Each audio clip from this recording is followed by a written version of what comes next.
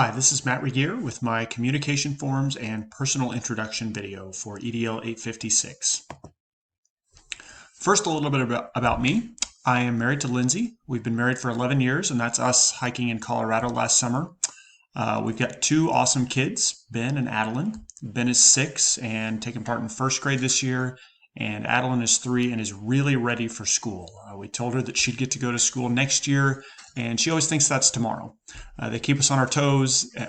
They're wonderful kids, and we really love having them and being able to parent them. Some of my hobbies, I love good coffee. I start every morning with a good cup of coffee. Enjoy working out. I kind of learned that over quarantine. I also coach high school basketball. I participated in sports in college, so that's a big part of my life. I like anything outdoors, whether it's taking care of the garden and the lawn or working on our family farm or just being outside with my kids. And then I also really enjoy reading, mostly some political and church history books. I'm a teacher at Remington High School. We are a Kansas redesigned school, which has been a really formative experience for me as I've really figured out who I am as an educator. We've got about 150 students, and I teach physical science, chemistry, and physics there at our high school.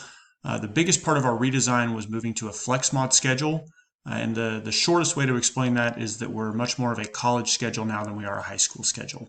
Our Monday, Wednesday, and Friday classes are similar. Our Tuesdays and Thursdays are similar, but it gives us a lot more flexibility for our students to go take college courses or to do internships and work study opportunities. As I said, I'm the boys basketball coach at our high school, and I'm also our athletic director. So I've had a little bit of experience with some of the school communication aspects, and that's something that I've learned a lot about, and I'll talk more about that later. So school communication. Our current communication strategies at our school and in my classroom, we've started this year to use social media. We had a policy over the last several years that we only had one district Facebook page. And while that was good for streamlining communication and making sure it was coming from one source, we definitely had some patrons that were asking for communication on other platforms. And I think there was a demand for more of a social media presence. So now we use Twitter, and I'm kind of the lead person for our RHS Broncos AD Twitter page. And here's an example of a weekly schedule that I send out. We also use Facebook, and we use Gipper, which is a set of templates for social media graphics. I'm not nearly good enough at graphic design to put together something like that, so Gipper provides that for us, and it was purchased by the school. We also use email like I think pretty much every school does. That's a Gmail account that's, again, provided by the school.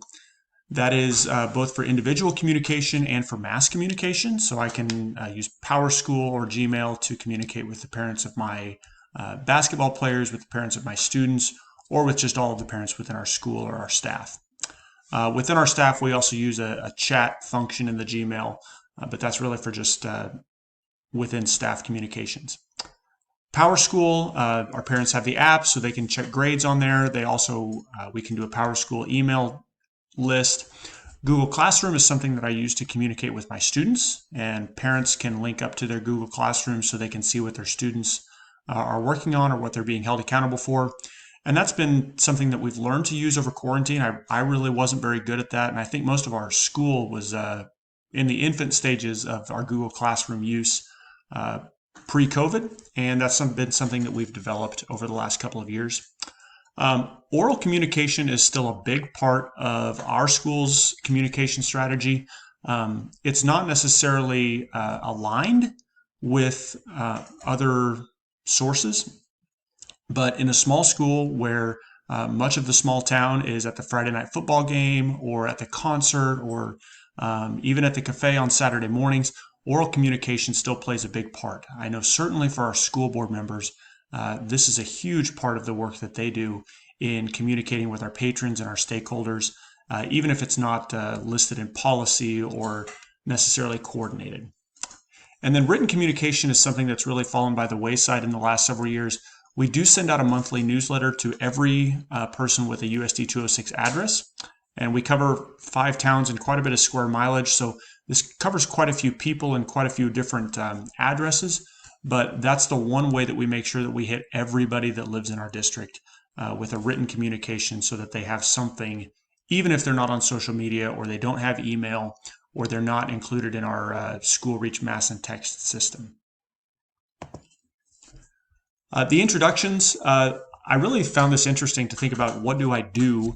I would probably most often respond with, well, I'm a science teacher, I'm the AD and the basketball coach at Remington High School. And that really does boil down my life to a few simple statements, which I guess I really don't like. So potentially, I think I would think about what I believe and what I think is important that I do. So my potential introduction right now would be that I believe that we all learn through experiences. So I facilitate learning for students in the science classroom, at athletic events, and on the basketball floor. I teach and I coach as someone who wants to really facilitate those experiences for students. I think that facilitating learning is, for me, the best way to teach. And so I really try to facilitate that for students in the science classroom through providing labs and activities that allow them to learn in an inquiry-based way. And also through athletic events and on the basketball floor, I want to put them in position to learn. I think most students want to learn and get better, so giving them opportunities to do that is important. But then I also thought about this as a building leader. And as a building leader, I would want to approach this a little bit differently, especially as a new building leader. So I think a story would be a helpful way to develop rapport. So as I processed this and reflected on it, I settled on this one. So when I was in high school, I wrote an essay arguing that our principal and teachers should help each student find the path that fits them best, rather than pushing all of our students into the same preparation like they currently were. Things got a little awkward because the principal was my dad. But 20 years later, I still believe that helping people find the right path for them is important. That's what I hope to facilitate as an administrator. I think this would be a way for me to introduce myself, to open some doors, and hopefully open some eyes to what I would seek to do as a building administrator. The goal here would be to appear pretty accessible, but also to appear as someone who wants to help students find what's best for them. And I think as an administrator, facilitating learning and doing that for all students, regardless of their interests, is really what we're there for. So I thought this was an interesting activity, and it was one that really made me think about how I would do that in a future role. Our district policy right now, we don't have a district policy for communication. Again, we did have the single district Facebook page, but that's really been opened up. My son at the elementary school uses Seesaw. I use Google Classroom and also some social media. I know our band has a social media page. So there's quite a bit of variety now in terms of how we communicate. There are definitely strengths and weaknesses to that. The reason we went to the single district Facebook page was because there was too much variety and parents were upset. So that would be something that I would consider as a future administrator. Do we want to have at least a limit on we're all going to have a Facebook page, or we're all going to have a website, or we will all use Twitter? Regardless of what the mode is, just a way for parents to know where to go to find information. I think that's the most important thing, is that parents know where to go to find the information that they need. As long as that's the case, extra options are gravy, if you will. In practice in our school district, schedule changes are all communicated on social media and also via a school reach email and text. This seems to reach the most stakeholders, and the most stakeholders that really are invested in those schedule changes. As the athletic director, I get to do that quite a bit. We have to cancel a baseball game, and so I'll send out the email and text school reach, and I'll put the social media post out there. We also give occasional mailings, grade reports, parent-teacher conferences. There's a back-to-school mailing, and then that monthly newsletter. Parents can opt into a digital format for that, but those are the most consistent ways that we communicate with our patrons and stakeholders.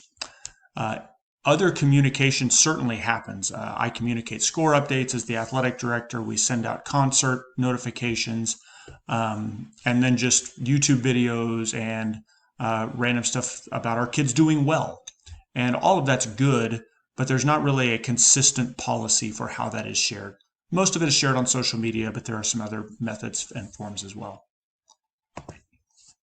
The standard correlation, this assignment tasks students with analyzing the methods of communication currently used within their classroom and district. This analysis leads directly to the ability to communicate with multiple methods as laid out in the standard for the assignment.